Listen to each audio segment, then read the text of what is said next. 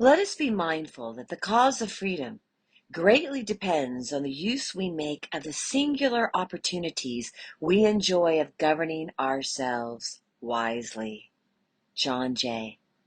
In The Abolition of Man, C.S. Lewis argues that education exists to inspire students' affections so that they love good and hate evil. Such, the Western tradition has held time out of mind, is the route to being able to perceive the choices which lead one towards a happy life and the choices which lead away from such an end. Lewis stands in agreement with both Aristotle and Kierkegaard in affirming that as rational creatures, human beings have the ability to make real choices. It is this capacity for rational choice that makes the founding principle of, quote, self-government, end quote, so vital for the flourishing of the American Republic. James Madison famously wrote that the regime the founders and framers envisioned could only be maintained by a, quote, moral people, end quote, meaning that the American system of governance depends upon the majority of citizens practicing customs which train the heart and hands to love what is good. The founders were not naive. They knew the evils that reside in the human heart. And yet their federalist system envisioned a people whose religious allegiance and moral training enabled them to choose right over wrong, good over evil, beneficial over harmful in most cases. John Jay made the connection between a self-governing people choosing virtue and maintaining their freedom clear. Quote, let us be mindful that the cause of freedom greatly depends on the way we make of the singular opportunities we enjoy of governing ourselves wisely. For if the event should prove that the people of this country either cannot or will not govern themselves, who will hereafter be advocates for systems which, however charming in theory and prospect, are not reducible to practice?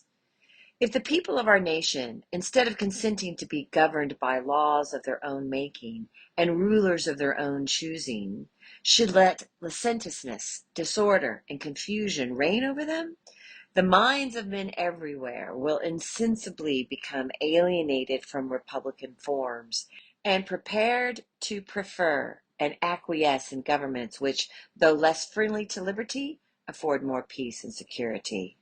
Such self-governance is necessary for the flourishing of a legal system within which the people can, through various hierarchical structures, vote to construct their society as they see fit. We have that capacity. Given this reality, the importance of self-government should be clear. We need citizens to value rule of law, to see and approve of the connection between natural law and civil law, to perceive the necessary goods of property rights and constitutional order for the American way of life to continue. Different regimes exist. It takes but a momentary survey of 20th century history to see fascism, communism, and dictatorship to counter examples of what is possible. How then do we inculcate the value of self-governance in the rising generation? Self-governance becomes a question of education. And this is where the classical education renewed movement holds the seeds of restoring health and vitality to the American way of life. I propose 3 ways the classical education passes on the principle of self-governance to students. First, we teach students that humans exist as embodied souls, and as such hold intrinsic worth. As rational creatures of infinite value, their choices matter. But with those choices comes responsibility. Second, school is a place for students to learn that actions, words, and ideas have consequences. Choosing to study diligently throughout the term results in academic progress and completion of a course. Engaging in physical violence results in expulsion. Being a faithful, diligent student who participates in the great tradition leads to forming strong relationships with teachers, creating the teacher's ability to write recommendations. Third, classical schools teach students to see the past as an inheritance they must receive, steward, and pass on.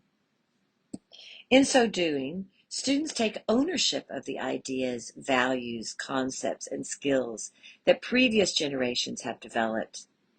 They then exercise those ideas to build a fulfilling life capable of reaching happiness. Through these concepts, long abandoned by mainstream education, the classical renewal movement offers hope to an America in need of rediscovering her first principles.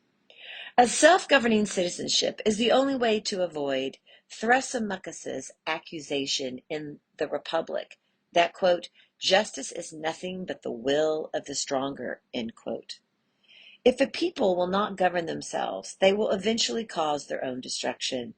But such an end is not inevitable.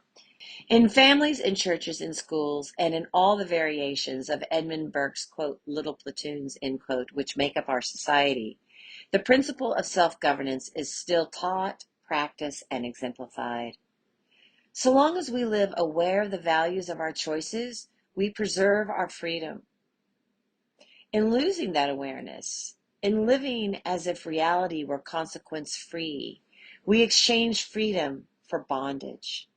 Someone will rule over us, and for that to be ourselves, we must recover self-governance as a way of life.